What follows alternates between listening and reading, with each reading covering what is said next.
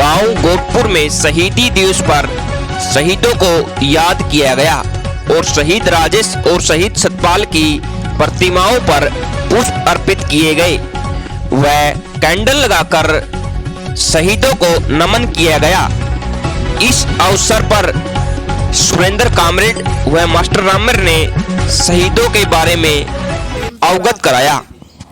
New है जो टेम दर्ज है उसे टेम पर फांसी आकर तो अपने जो 3 शहीद थे उनका टेम तो था 24 का, पर जो जनता का उबाड़ देखा अंग्रेजा ने, भाई जनता पूरी आक्रोशित है। इस जो जनादेश युद्ध हमने इनकी फांसी का सुनाया है उससे पूरी आक्रोशित है और जनता तड़के उसके जेड़ने भी तोड़ दे, लोगों में इतना गुस्सा था। तो इसलिए उनने एक दिन पहला है रात का टाइम फांसी दे दी और उसके बाद में फिर उनकी चिता नदी का किनारा जलाई। तो अपने गांव का एक बिश्नोई परिवार का जिसका नाम अच्छी उम्र लेके 90-95 साल की उम्र लेके गुजरे है, मल्लू राम नाम था, वो उनकी चिता जड़ा जलाई गई उससे 2 किलोमीटर दूर पराने। वो उस टाइम पुलिस में था, अंग्रेज सरकार में उस टाइम पुलिस में था। वो 2 किलोमीटर दूर पराने उनने भी नहीं बेरा था अब हमें अड़े किस काम खातर ले रखे हो।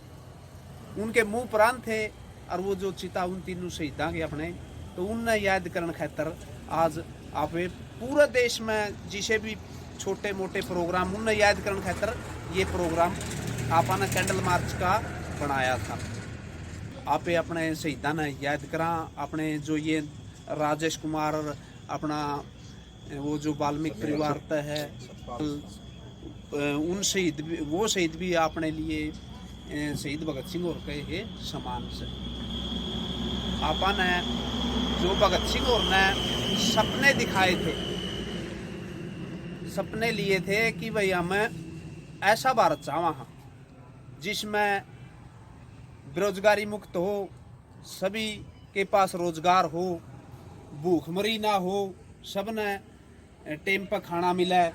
भगत सिंह इतनी छोटी उम्र में उनका शहीदी उन्होंने प्राप्त की, तो भगत सिंह ने पढ़ाई में उसका इतना था कि सबसे ज़्यादा मरते दम तक, मतलब जब उनका फांसी के लिए जा रहे थे उस टाइम वो लेनिन की किताबें पढ़ रहे थे, एक साम्राज्यवाद का अंत करके, मतलब एक समाज की स्थापना हो, मतलब कंपनियों का राज उस टाइम था, कंपनी का राज के चक्कर में ही पढ़ रहे थे। तो उनके है नहीं, भगत सिंह तो शहीद हो गए, परंतु जो उनकी विचारधारा थी, भगत सिंह ने कहा था कि मैं शहीद हो जाऊंगा, क्योंकि भगत सिंह से जब पूछेगा भाई आप जीना, बोले भाई कौन नहीं जीना चाहता, परंतु अगर मैं जीऊंगा तो आज़ादी, मैं एक आज़ादी का प्रतीक बन चुका हूँ। उसने ये कहा था कि मैं है नहीं, भगत सिंह कौन बचा, मैं एक आज़ादी का प्रतीक हूँ। अगर मेरे को फांसी ना हुई तो जो आज़ादी की लो हमने चढ़ाई से वो कमज़ोर हो जाएगी, इसके लिए मुझे शहीद होना पड़ेगा।